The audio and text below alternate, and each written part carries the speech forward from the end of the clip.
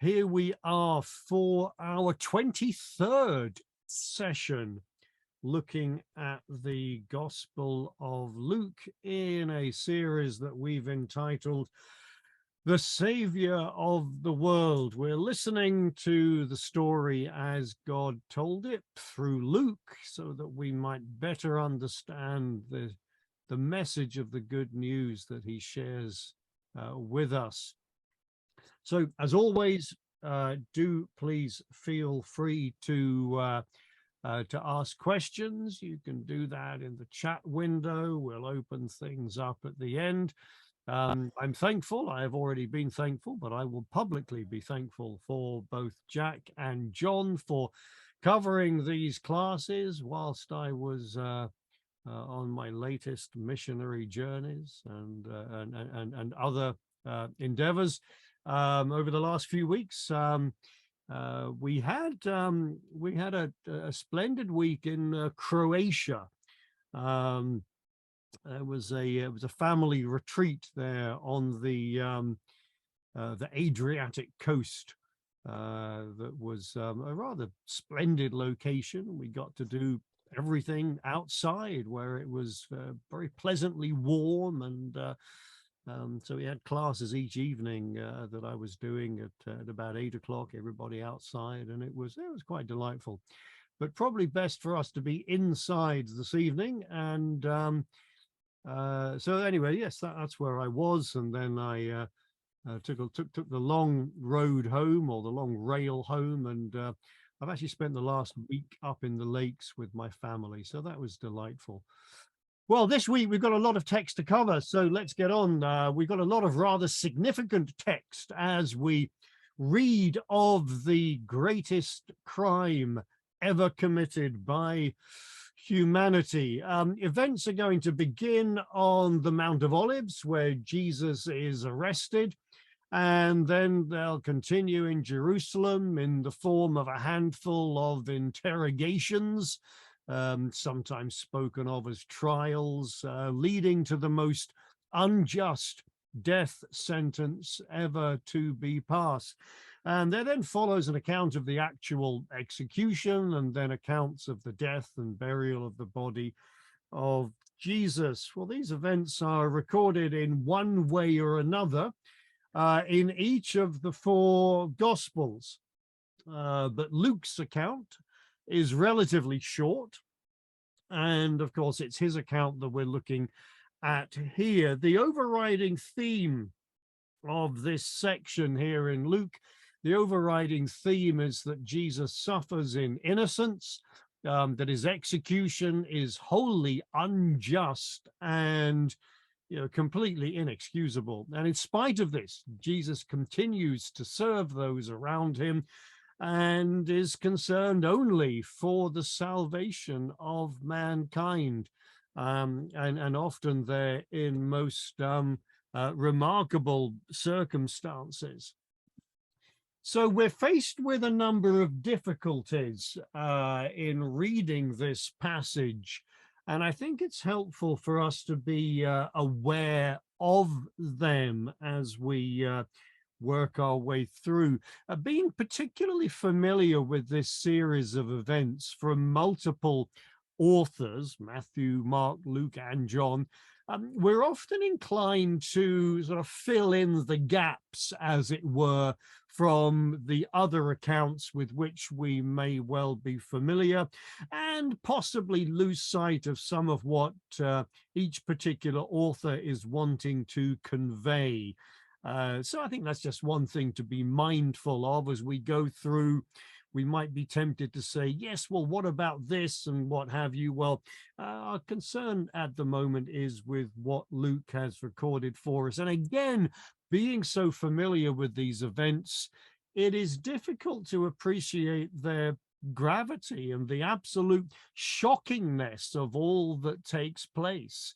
Have we not read of these events over and over again, and heard them read, listened to them recounted over and over again, maybe over many, many years? And it's easy, is it not, to become somewhat immune to the real shockingness of what it is that takes place. So, as always, I find it helpful as much as we can to try to read things as if we were reading them for the first time, and to really appreciate the gravity of all that is going on.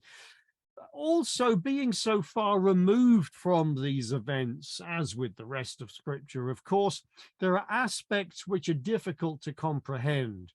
Our mind typically fills in the gaps, maybe in picture form, and we are often faced with aspects that are just beyond our understanding because of the passage of time and the cultural differences that exist. And then our knowledge of the remainder of the New Testament scriptures, particularly the letters of Paul and Peter and John, they can cause us to think maybe think more of the theology rather than the actual events themselves. So we think of Jesus upon the cross, and we're maybe inclined, our mind is maybe inclined to wonder, to think of some of the implications of that. And that's not necessarily a bad thing at all. Of course it isn't. But sometimes it might take away from actually understanding the physical reality of what it is that's taking place. Well, our outline for the session this evening is looking something like this. We will begin on the Mount of Olives, then we will visit the house of the high priest before we stand before the Jewish council. Then we'll find ourselves before Pilate, and then before Herod, and then there is the unjust execution itself, followed by the death and the burial of the body of Jesus. So that's our outline. And my plan this evening is to read through each section of the text, even though it's quite a large chunk of text. I just think that we need to read through it in its entirety, bit by bit, and then we'll make comments as we go along. And hopefully all of that will make some sense. I apologize before some of you came on board here this evening, and it is jolly good to see all of you again. I apologized earlier that the presentation this evening is hardly professional at all. I've spent most of the day on the telephone trying to catch up with some loose ends, and I've just not done as much with the visual presentation as I might otherwise have done, but I'm confident that all will be well, because our main concern is with the text itself, is it not? So we begin in chapter 22 and verse 39, if we're following along like that, by reading that he came out and went, as was his custom, to the Mount of Olives, and the disciples followed him. And when he came to the place, he said to them, "Pray that you may not enter into temptation." And he withdrew from them about a stone's throw, knelt down and prayed, saying, "Father, if you are willing, remove this cup from me. Nevertheless, not my will, but yours be done." And there appeared to him an angel from heaven, strengthening him, and being in agony, he prayed more earnestly, and his sweat became like great drops of blood falling to the ground. And when he rose from prayer, he came to the disciples and found them sleeping for sorrow. And he said to them, "Why are you sleeping? Rise up and pray that you may not enter into temptation." Well, Luke sets the scene here as the Mount of Olives, a place to which he often came with his students. And for those of you who are geographically minded, the Mount of Olives essentially is to the east of Jerusalem, across from the Kidron Valley. And there are a number of places there where he may well have been. Luke gives us no further details other than that this is a place to which he came often with his followers. Now, the emphasis here is on prayerful preparation. And maybe we should emphasize that in our minds here. The need in all forms of preparation for prayer with our Father. I was just having a conversation a couple of days ago about this whole, we were thinking about outreach and how terribly important it is to not, simply ask God to bless our outreach efforts, as it were, but for us to be used by God in his outreach efforts, in his missional activity. But we very much need to be prayerful in all of these things. Well, here the activity is somewhat different. The emphasis is on prayerful preparation. Jesus instructs his disciples to pray that they may not enter into temptation. Now, that word temptation can also be translated as trials, and it would seem that the concern of Jesus here must surely be for the most difficult times which they are about to face, all of them, and that they should be sufficiently alert and prepared for whatever might lie ahead. Now, bear in mind, and we need often to bear in mind, that these disciples haven't read to the end of the book. I mean, they've not even written the books. They don't know what is about to happen next. Of course, we are terribly familiar with what is about to happen, but they really don't know. They do know that things have become a little difficult, a little trying over the last little while, and they have every reason to believe that things are about to come to a head, but exactly what form that head would take, they have really no idea. To us, the idea of the crucifixion of Christ, it just sort of flows off the tongue as if it was a plainly evident conclusion to all of these events, but they did not know. They didn't know what was about to happen. Difficult times were to come upon them, and it was vital that they should pray. Pray that they may not enter into temptation. And I think most of us would probably recognize that we are generally most vulnerable when we are worn down and weary. Maybe we are most likely to succumb to temptations when we are tired, when we are weary and really needing to rest. It seems to be, Satan's very aware of that, and he'll play to his advantage. If we are to survive the onslaught of evil, we really need to be prepared in every way possible. We must not let down our guard when we are at our most vulnerable, for that is the time when the devil will strike. Of course, for Jesus, the immediate trials that he was about to face are even more severe. And he recognizes that the time has come for him to face death. So often he has made it clear that his time had not yet come. Well, now it has come. And though he may well have had insight into what lies ahead, the pain and agony are no less real. And the prayer that Jesus offers here, as recorded by Luke, is most insightful, and it really is immensely honest. Father, he says, if you are willing, remove this cup from me. Nevertheless, not my will, but yours be done. The first thing that Jesus does in speaking here with his Father is to express his own personal preference. He really has no particular desire to suffer an excruciatingly, humiliatingly painful death.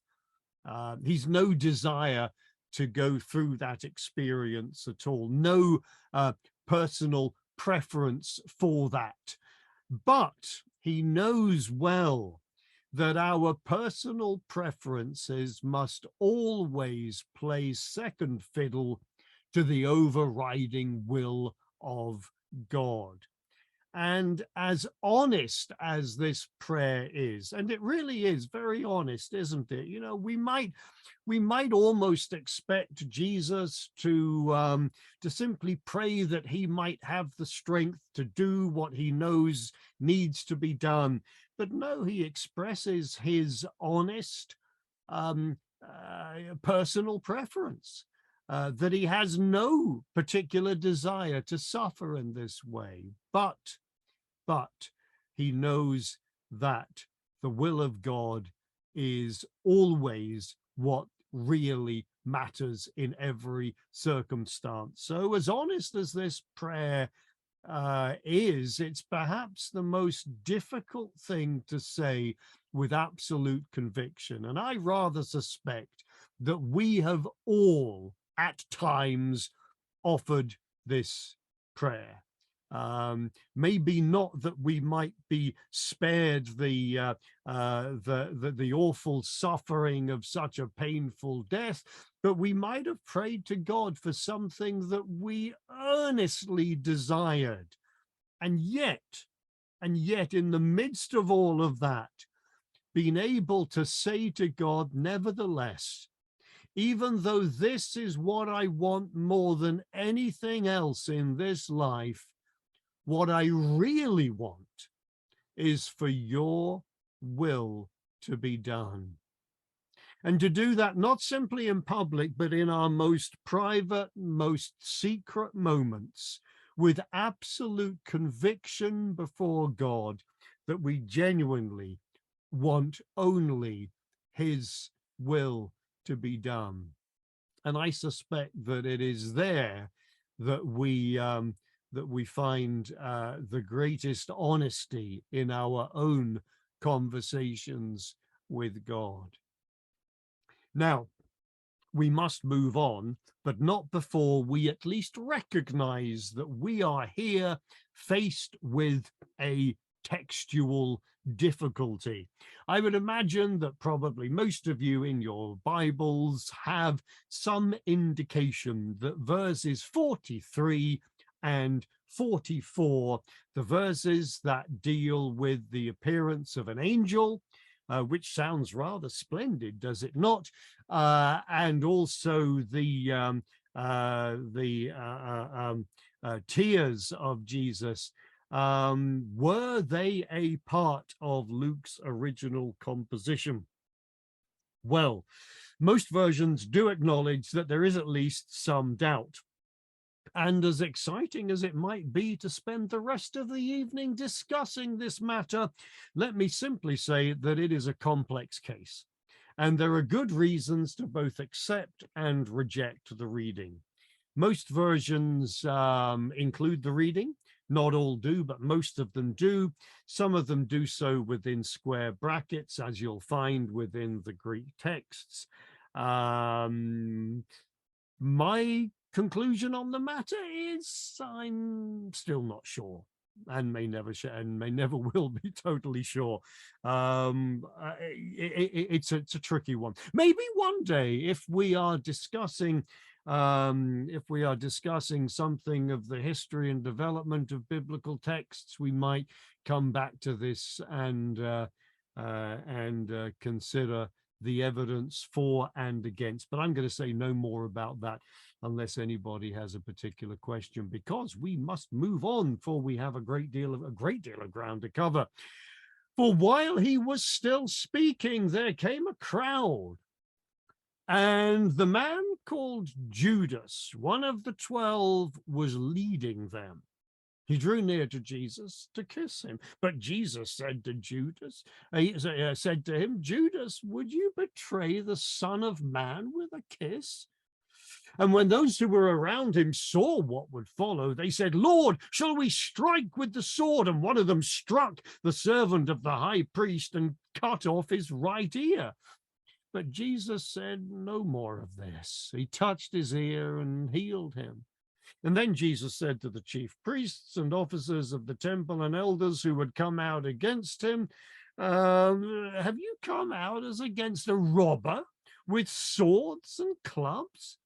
When I was with you day after day in the temple, you didn't lay hands on me, but this is your hour and the power of darkness. Well, what a disturbing scene. The scene of the arrest of Jesus is recalled here in three parts. First of all, there is the betrayal and the hypocrisy of Judas demonstrated by his affectionate greeting. I mean, the whole episode of that really makes one feel rather sick, doesn't it? The hypocrisy of this act of betrayal is staggering. Then there is the seemingly honorable attempt by the disciples of Jesus to defend him with an act of violence. And I got to say that I find this part of it rather intriguing. That, I mean, they don't simply draw out a sword and kind of wave it around in some threatening manner. They actually chop off this chap's right ear, which is, well, I mean, it's rather violent, isn't it? You know, I mean, I wonder if he was actually aiming for the ear. Or maybe he was aiming for something a little more serious and the chap just managed to sort of, move his neck out of the way. I don't know, and nor will we know in this life. But, well, it wasn't an appropriate act, but, part of me thinks, yes, go for it, in standing up to defend Jesus. I mean, it's, well, thirdly, there's the confrontation between Jesus and those who have come to arrest him. Another clear demonstration that Jesus is in complete control of the events. So each of these three parts contains a question. You may have noticed that. Two of the questions are from Jesus, exposing the hypocrisy and the cowardice of those who've come to take him away. Certainly the hypocrisy of Judas and, I mean, his absolutely atrocious means of betrayal, and then the hypocrisy and the cowardice of the crowd that have come. And then the other question is from the disciples, who were clearly taken by surprise. They don't know how to react. They react with a defensive instinct, asking whether they should take physical action to defend him. And as I say, I'm kind of rather impressed with their boldness, albeit rather misguided.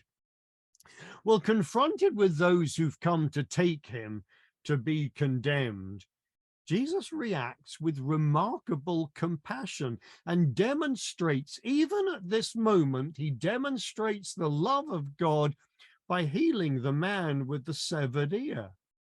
Now, you'd have thought that that alone would have been enough to make them all stop in their tracks and think, well, maybe we need to listen to this chap, this fellow who can perform such miraculous surgery at a time like this. But no, none of it at all, because this was their hour, says Jesus, and this was the power of darkness. This is the reality of this series of events which will culminate in the execution of the very Son of God himself. Throughout the Gospel of Luke, Luke has hinted time and time again of what is going on behind the scenes, of the spiritual realities of what is being played out here on earth. And this is another one of those times, is it not? For this is not simply the work of wicked men.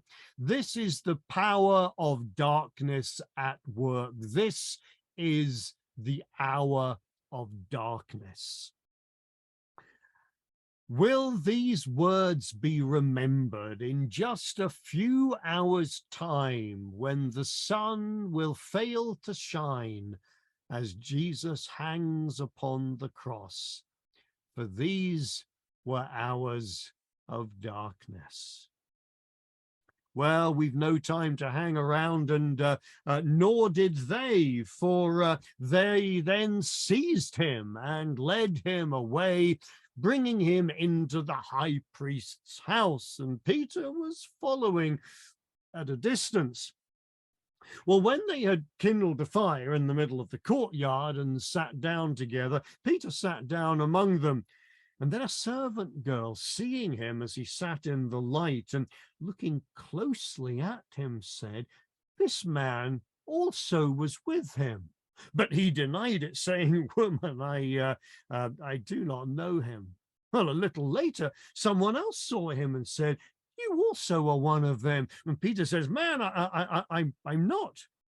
And after an interval of about an hour, one which I presume must have been an extremely uncomfortable hour for Peter, not to mention for others too, but after an interval of about an hour, still another insisted, saying, "Certainly this man also was with him, for he too is a Galilean." And Peter says, "Man, I do not know what you're talking about." And immediately while he was still speaking, the rooster crowed. And the Lord turned and looked at Peter. And Peter remembered the saying of the Lord, how he had said to him, "Before the rooster crows today, you will deny me 3 times." And he went out and wept bitterly. Now, the men who were holding Jesus in custody were mocking him as they beat him, and they also blindfolded him and kept asking him, "Prophesy, who is it that struck you?" And they said many other things against him, blaspheming him. Well, 2 distinct events are narrated as taking place at the house of the high priest, and I wonder whether they were occurring concurrently, at the same time. And one might ask, to what degree was Peter aware of the abuse that Jesus was experiencing here? I don't see that those who were holding Jesus necessarily waited for over an hour until the cock had crowed before they started abusing him. So I rather suspect that Peter was aware of what was going on. And that for him must have been particularly painful. And yet still we have here the denial of Jesus and the mocking of Jesus. The denial by Peter, the mocking by those who were guarding Jesus. Well, this whole denial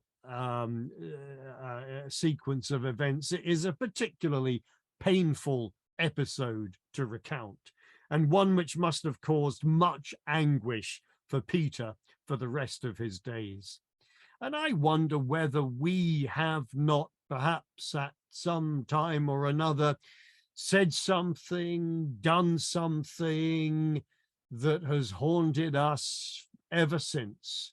And we have asked ourselves, how could we ever have done that? How could we ever have said what it was that we said? The devotion of Peter to Jesus is evident by his desire to remain close to him. And yet he's so easily tempted to do that which he was adamant that he would never do. And maybe he did pray before he fell asleep on the Mount of Olives. Maybe he did pray that he would not enter into temptation. But he clearly had no idea just how strong that temptation might be. And maybe we have prayed to God in circumstances that we were aware were going to be difficult, were going to be, a real test for us. And maybe we've prayed that we wouldn't succumb to the temptation, only to fall once again and to be caught up by it. Yep, there's clearly a lesson for us today. There are times that we simply have no idea just how strong a temptation might be. There are times we simply have no idea how we might react in such trying circumstances. And maybe one of the reasons that we are told of this denial by Peter is that we might gain some sort of reassurance when we do exactly the same thing in our own lives, when we fail to stand up for Jesus at times that we really ought to have done so. Well, I suppose that the pain of Peter is only compounded by the presence of Jesus, who turns to look at Peter as the rooster crowed. And if ever there was a look, if ever there was a moment, and I'm sure that Peter is there, he's mindful of the presence of Jesus, he hears the rooster crow, he remembers the words of Jesus, and then Jesus turns and looks at him. Oh, the agony of the moment. And he's not just kicking himself, he's really pummeling himself. He's beating himself up in every way possible. How could he ever face Jesus again? I mean, the one who knows his every weakness, knows this act of betrayal at such a time as this. And how could he ever face himself again? And his bitter weeping tells us so much of his love for the Master. May the love that we have for Jesus be such that whenever we let him down, we would find ourselves weeping bitterly, for we never want to do that. And yet there are times that we will. And I suppose Peter here is motivated by fear. I mean, fear is never a good motivating factor, but it's a frequent one, is it not? And I suspect that Peter is here motivated by fear. He doesn't know all that's about to take place, but it's not looking good. And if he is mindful of what is going on, of what is happening to Jesus at this time, he maybe just simply doesn't want to be caught up in it. And yet he doesn't want to remove himself from the situation. He wants to be with Jesus as much as he can, but he's not yet ready to suffer with Jesus, at least not to the extent that one day he will do. You know, it's terribly easy, is it not, to claim allegiance to Jesus, I don't know, in the quiet of one's own home or among fellow believers. You know, there's not one of us here, I'm sure, who wouldn't, put up our hands right now and say, yes, I'm going to follow Jesus to the very end. But it can be so much more difficult to claim allegiance to him in public, particularly among those who mock him, who insult him, who consider the idea of following a crucified Christ as being completely ridiculous and deplorable. And the world is full of such people. And yet before even such people as that, we must be prepared to stand up and suffer with him. Well, this whole series of events, the various responses that Jesus gives to these events, makes it clear that he remains in control of the entire situation. We know, don't we? We know that Jesus could have removed himself from that at any point in time. We know that he could have obliterated all, within he could have completely changed the course of events, but he doesn't. He doesn't, because he's determined to go along with the will of the Father. And of course, it should be understood that all of this is taking place within the courtyard of the high priest's house, within the environment of Jewish religious power. But we know something of the ethics of Jewish religion, do we not? And we will see so much more of that before the day has ended. Now, we must move on. We must continue to move on. For when day came, the assembly of the elders of the people gathered together both chief priests and scribes, and they led him away to their council. And they said, if you are the Christ, tell us. But he said to them, if I tell you, you won't believe. And if I ask you, you will not answer. But from now on, the Son of Man shall be seated at the right hand of the power of God. So they all said, are you the Son of God then? And he said to them, you say that I am. And then they said, what further testimony do we need? We have heard it ourselves from his own lips. Well, this is spoken of as being a trial. Luke has told us no more of what took place there in the house of the high priest, but here he presents Jesus before the Sanhedrin, and this is often spoken of as a trial, but it's hardly even worth calling it a kangaroo court, is it? The assembly of the elders of the people who gathered together, both chief priests and scribes, the council before whom Jesus appears, this is the Sanhedrin. And seemingly there were 71 members, the high priest being in charge of this assembly. And the council consisted of Sadducees and Pharisees and leading elders of the people. At the time of Christ, it was weighted more, in favor of the Sadducees. Later on, the power would shift more towards that of the Pharisees, but well, whichever way it went, it was sort of billed as being more of a religious council, but it was really a political assembly.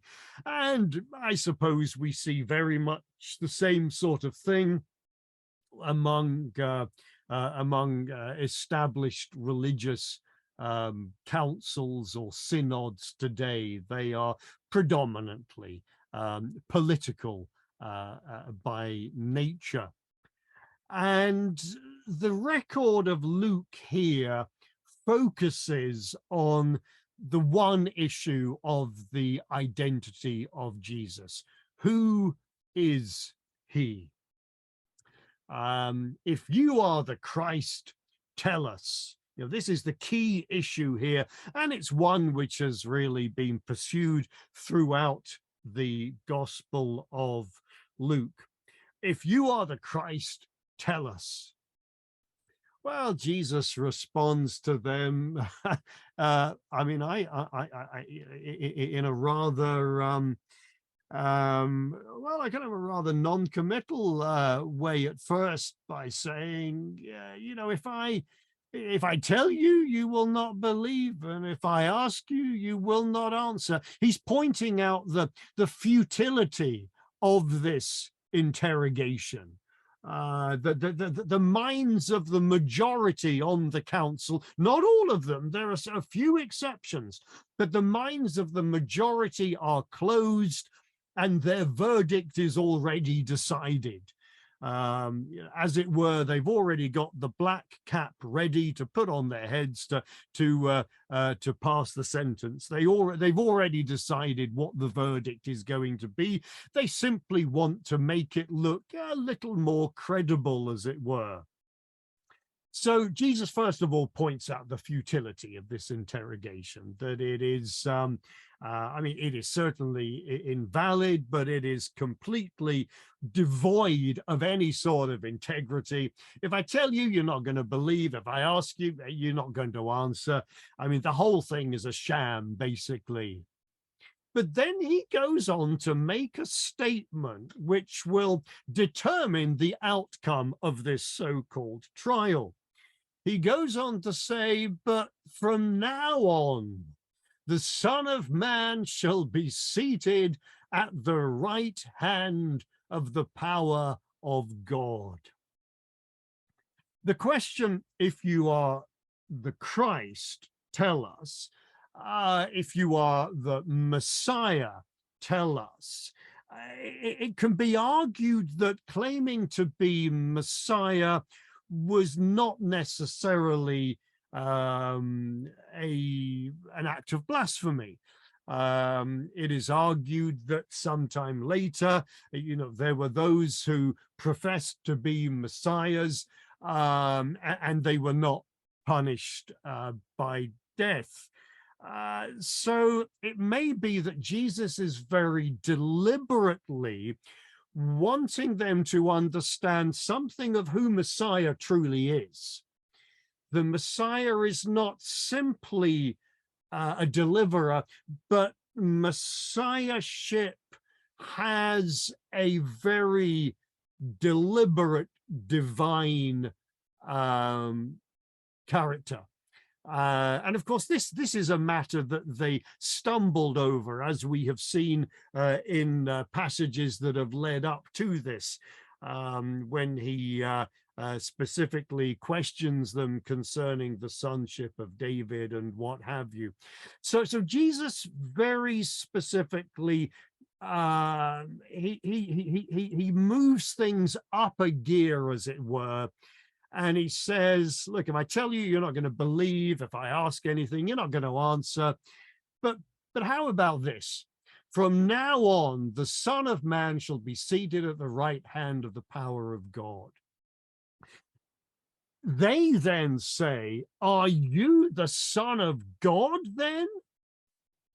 It's likely when Jesus speaks of himself in this fashion as being the Son of Man who will be seated at the right hand of the power of God, they understand his reference as being Son of Man as recalling the picture of authority given from God to one like a Son of Man, as spoken of by Daniel.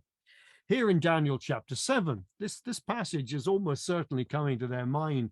He says, I saw in the night visions, and behold, with the clouds of heaven, there came one like a Son of Man, and he came to the Ancient of Days and was presented before him, and to him was given dominion and glory and a kingdom that all peoples, nations, and languages should serve him. His dominion is an everlasting dominion which shall not pass away, and his kingdom one that shall not be destroyed. So here is the claim to messiahship, but one which was recognized as being one that belonged to he who was God himself. And so his statement that they would, the Son of Man should be seated at the right hand of the power of God, was sufficient for them to understand. Not only was he claiming to be Messiah, but he was claiming to be the Son of God. And they then say, they say to him, is this what you're claiming? And he says, you've said it. And they say, what further testimony do we need? We've heard it ourselves from his own lips. Well, this group here, this assembly, the Sanhedrin, was certainly not going to allow truth to get in the way of the evidence. They knew what evidence they wanted, and they had heard it from the very lips of Jesus. They had been able to tick the box, as it were, and they had been persuaded beyond any shadow of doubt that Jesus was being blasphemous in the extreme. So that's all they needed. Next, we are told that the whole company of them arose and brought him before Pilate. They do so because they are determined that he should be crucified. And so they bring him before Pilate, and they began to accuse him, saying, "We found this man misleading our nation and forbidding us to give tribute to Caesar, and saying that he himself is Christ, a king." And Pilate asked him, "Are you the king of the Jews?"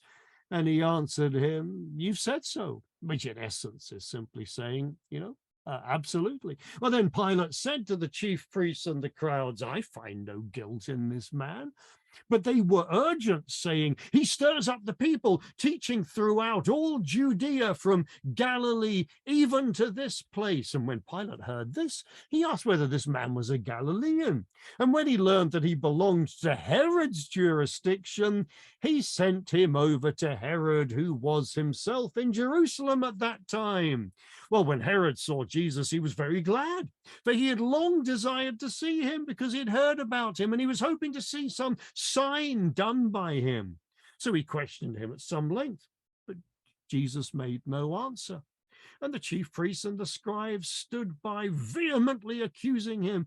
And Herod, with his soldiers, treated him with contempt and mocked him. And then, arraying him in splendid clothing, he sent him back to Pilate. And Herod and Pilate became friends with each other that very day. For before this, they had been at enmity with each other. I'm sorry, but isn't it not difficult to read that without seeing something of the humor of the whole situation? Here is Jesus reconciling Herod and Pilate, not, of course, in the way that reconciliation was always intended, but, well, they had found maybe not so much of a common enemy, because they weren't particularly bothered by Jesus at all, but they had found something of a common cause. And the two of them all of a sudden are getting on terribly well with each other. Well, all that's going on here is some political toing and froing. Pilate, he's not interested in any of these internal squabbles among the Jewish hierarchy. And he doesn't care whether this chap's claiming to be king of the Jews. He makes it very clear that he finds no guilt in this man. Now, this is terribly important in Luke's account here, in order to make it clear, and he's going to continue doing so, that Jesus is suffering, but he's suffering as an innocent man. And that's particularly important within this whole narrative. But as soon as he hears that Jesus might be a Galilean and has that confirmed, well, it's time to pass the buck. And so he thinks he can be rid of this man by passing him on to Herod, who just happened to be in Jerusalem at that time. I rather get the idea that this is all part of a coordinated series of events, a series of events that, of course, is being coordinated from above. Herod's terribly pleased to see Jesus. He's heard much about him, and he thinks maybe he can do some miraculous signs, presumably to entertain him. He questions him. Jesus isn't interested in any of his questioning or anything at all. The religious leaders continue to accuse him vehemently. They're laying every accusation that they can think of against him. Herod's quite happy to treat Jesus with contempt, but at the end of the day, he's got nothing on him, and he dresses him up, presumably like a king. All of it is mockery, sends him back to Pilate, and you can imagine the two of them, Herod and Pilate, having a chuckle about the whole situation. And, well, it's all much to do about nothing. I get the idea they have absolutely no idea as to what they are dealing with here, and that they are about to be key players in the greatest crime of humanity. Pilate calls together then the chief priests, the rulers, and the people, and he says to them, look, you brought this man to me as one who was misleading the people, and after examining him before you, behold, I didn't find him guilty of any of your charges. Neither did Herod, for he sent him back to us. Look, nothing deserving death has been done by him. I'm going to punish him and then release him. Now, it's rather strange, isn't it? Herod seems to have mocked and mistreated Jesus because that was going to win him favor from the religious leaders. Pilate, he says, basically, this man's innocent, but I'll punish him nonetheless. Well, why? Well, just so that he can be seen to have done something, presumably, but he's going to release him. But as soon as he mentions releasing him, there they all cried out together, away with this man, and release to us Barabbas, a man who has been thrown into prison for an insurrection started in the city and for murder. Well, Pilate addressed them once more, desiring to release Jesus, but they kept shouting, crucify, crucify him. The third time he said, why, what evil has he done? I found in him no guilt deserving death. I will therefore punish and release him. But they were urgent, demanding with loud cries that he should be crucified, and their voices prevailed. Yep, Pilate proves himself to be a wimp. So Pilate decided that their demand should be granted. He released the man who'd been thrown into prison for insurrection and murder, for whom they had asked, but he delivered Jesus over to their will. What a loser. No way is Pilate in control. Indeed, we know that there's no way that the people were in control, let alone the religious leaders. All along, Jesus is in control of this whole situation. But does this not show something of the absolute depravity of the religious leaders, that they should demand to have released one who was a murderer? And is there not an intended irony here? Barabbas, the name, means son of the Father. Yep, he's the one that they wanted, and not the true son of the Father. I'm going to defer very briefly here to a question that's been asked. Could the Sanhedrin not have stoned Jesus for blasphemy as the Jews tried to do so before? Does this not show that God was in control and Jesus has to die by crucifixion and so forth for prophecy, as well as be the Lamb of God who would be an acceptable sacrifice for sin? So the Sanhedrin, certainly in times past, the religious leaders have reacted irrationally by looking to stone Jesus, to kill him. We find an act of gross irrationality when Stephen in Acts chapter 7 is murdered by the Sanhedrin there. But there is a desire here. They've been plotting this for so long. They've been conniving together, and they want to do this sort of by the book, as it were. And so, yes, God is instrumental in all of this. They have missed their opportunities to take Jesus by force in anger, and so they have done so in the quiet of night, and all of this is playing into the hands of God. As they then led him away, They seized one Simon of Cyrene, who was coming in from the country, laid on him the cross to carry it behind Jesus. I rather wonder whether Luke actually interviewed Simon. He might have done, mightn't he? Did he become a follower of Jesus in more ways than simply following him to the place of crucifixion? Well, there followed him a great multitude of the people and of women who were mourning and lamenting for him.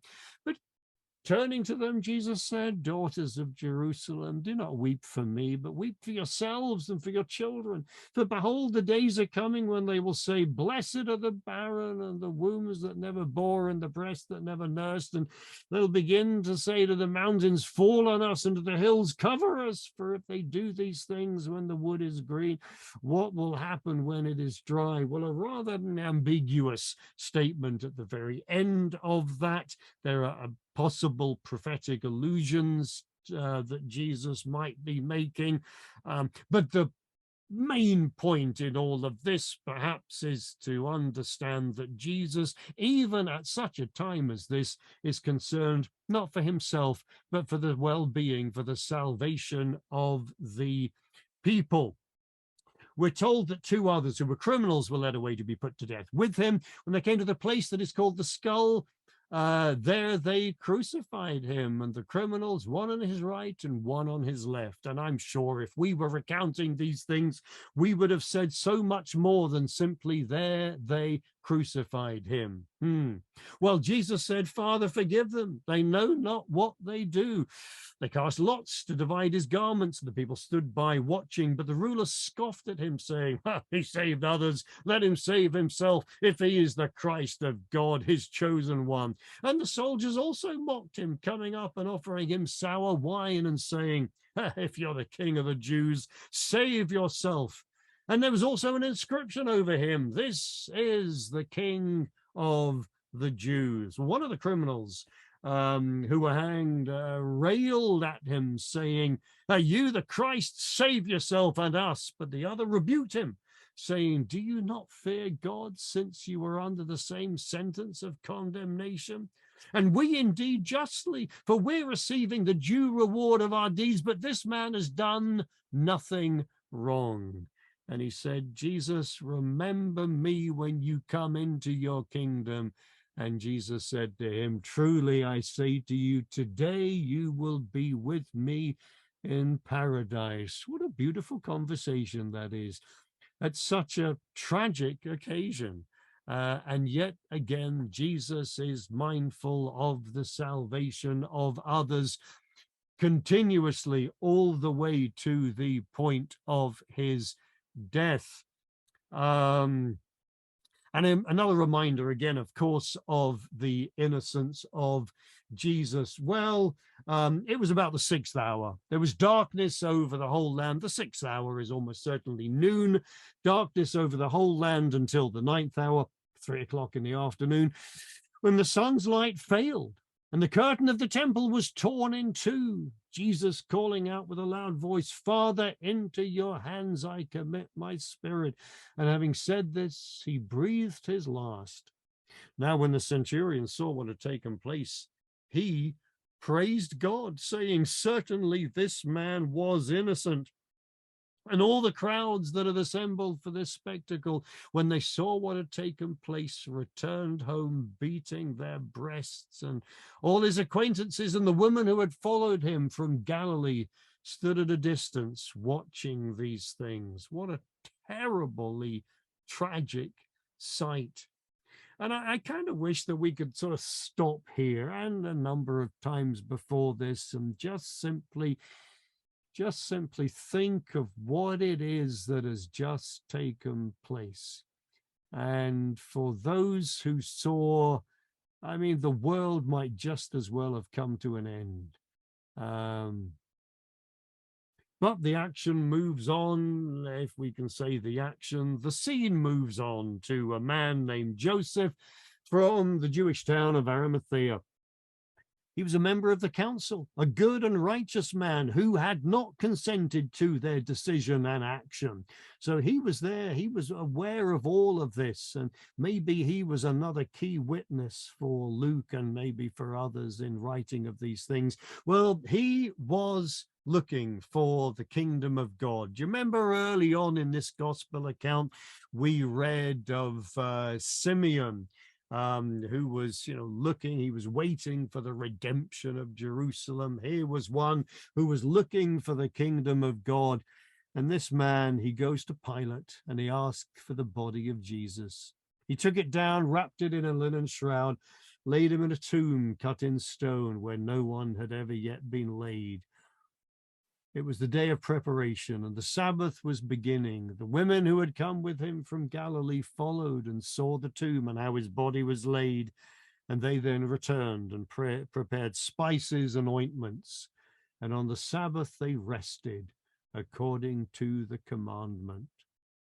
Yet again, the word of God is, the importance of obedience to the word of God is yet again made clear within all of this. But what an act of love and devotion from this Joseph of Arimathea, of whom we know no more other than that he was the one who took the body of Jesus and laid it in a tomb. An act of love and devotion for one whom he knew was innocent, and maybe whom he knew was who he had claimed to be. Well, look, we've run over time. You've been patient. Others have had to go. So let's draw this to a close.